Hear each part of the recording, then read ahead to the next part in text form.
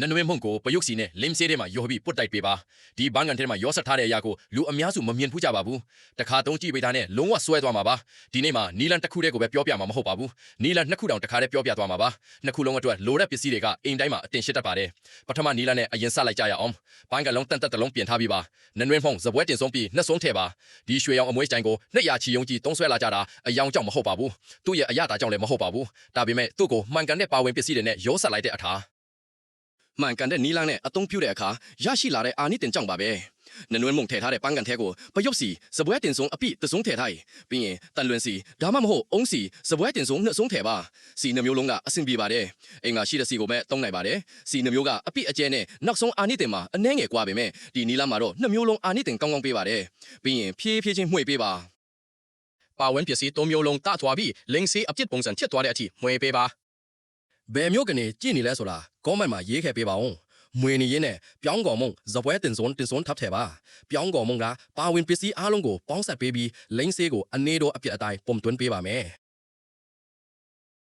လိမ့်ဆေးသားကချောမွေ့ပြီးလင်းရလွယ်ကူပါတယ်အဖြစ်ကလည်းအနေတော်မို့လိမ့်ချင်နေအောင်မှာကောင်းကောင်းကတ်နေပါတယ်ပထမဆုံးလိမ့်ဆေးတစ်မျိုးတော့ရပါပြီ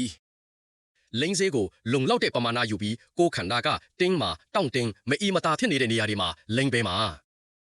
ဒူတတောင်စစ်ခါပခုံးဒါမှမဟုတ်မအီမတာဖြစ်နေတဲ့ဘယ်နေရာမဆိုလိမ့်လို့ရပါတယ်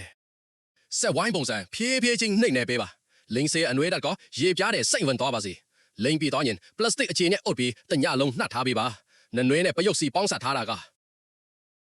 ညဘက်မှာစိတ်ဝင်ကူတာပေးတဲ့အာနိသင်ကတခြားလိမ့်စေတွေနဲ့ယင်လို့မရပါဘူးပါဝင်ပစ္စည်းတွေကအချင်းချင်းအာနိသင်ကိုပိုကောင်းစေပါတယ်တခုချင်းစီတီးချအလုပ်လုပ်တာမျိုးမဟုတ်ပါဘူးနောက်တနေ့မနေ့မှာတီးတာတဲ့ပြောင်းလဲမှုကိုခံစားရမှာပါအာနိသင်ကတကယ်ထူးခြားပါတယ်ကဲနောက်ဒုတိယနီလန်ကိုကြည့်လိုက်ကြရအောင်ဒီနီလန်ကတော့အန်အောစရာအကောင်းဆုံးပါပဲစမ်းသုံးကြည့်ချင်တဲ့သူတွေကောမန့်မှာရဲခဲ့ပေးပါအောင်ပန်းကလုံးတန်တန်လေးတစ်လုံးပြင်ထားပါပယုတ်စီဇပွဲတင်ဆုံးအပြေးတစုံထဲပါတစုံပဲလိုပါတယ်ပြီးရင်တစ်ကြံဘိုးခေါမှုလက်ဖက်ရည်စုံအပြေးတစုံထဲပါအားလုံးတတ်သွားအောင်မှွေပေးပါလင်းစရနှစ်ကချောမွေ့ပြီးနူးညံ့လာတဲ့အထီပေါ့အနှစ်ကဆေးပြစ်နေရမှာပဲဒီအသားကပညာရှင်သုံးပစ္စည်းတွေထက်တောင်ပိုကောင်းပါတယ်နောက်တစ်ခုကတော့လုံးဝထိမထောက်တဲ့အသုံးဝင်ပုံပါပဲဒီလိမ့်ဆေးကိုရင်ဘတ်မှာမလိမ့်ပါနဲ့လေပင်ဒါမှမဟုတ်နားထင်မှာလည်းမလိမ့်ပါနဲ့ခြေဖနှောက်တွေပေါ်မှာအများကြီးညီညလိမ့်ပေးရမှာပါခြေဖနှောက်နှစ်ဖက်လုံးကိုတေးသေးချာချာအပြည့်လိမ့်ပေးလိမ့်ပြီးရင်ခြေဖနှောက်ကိုပလတ်စတစ်နဲ့ပတ်ထားပါပြီးရင်ခြေအိတ်တစ်စုံထပ်ဆွတ်လိုက်ပါဒီအတိုင်းတညလုံးထားလိုက်ရုံပါပဲဒီနီလန်းကဘာလို့ထိရောက်လဲဆိုတော့ခန္ဓာကိုယ်ရတချို့နေရာတွေကလိမ့်ဆေးကိုစုပ်ယူတဲ့တုံ့ပြန်မှုကြောင့်ပါပဲတက်ကြံပိုးခောက်ကလိမ့်ဆေးရဲ့နှွေးထွေးပြီးတတ်တာစေတဲ့အာနိသင်ကိုပိုမြန်ပိုကောင်းစေပါတယ်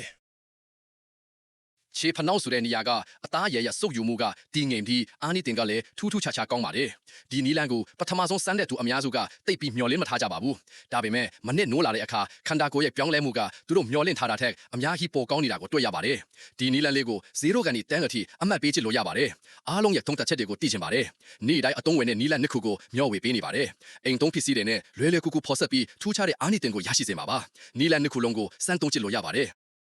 ဘယ်တစ်ခုကတင့်ကိုပို NO စီလဲဆိုတာ comment မှာပြောပြခဲ့ပါဦးဒီအကြောင်းအရာကိုလိုအပ်တဲ့သူတွေကို share ပေးပါအသုံးဝင်တယ်ဆိုရင် like ပေးပြီး follow လုပ်ဖို့မမေ့ပါနဲ့ဦး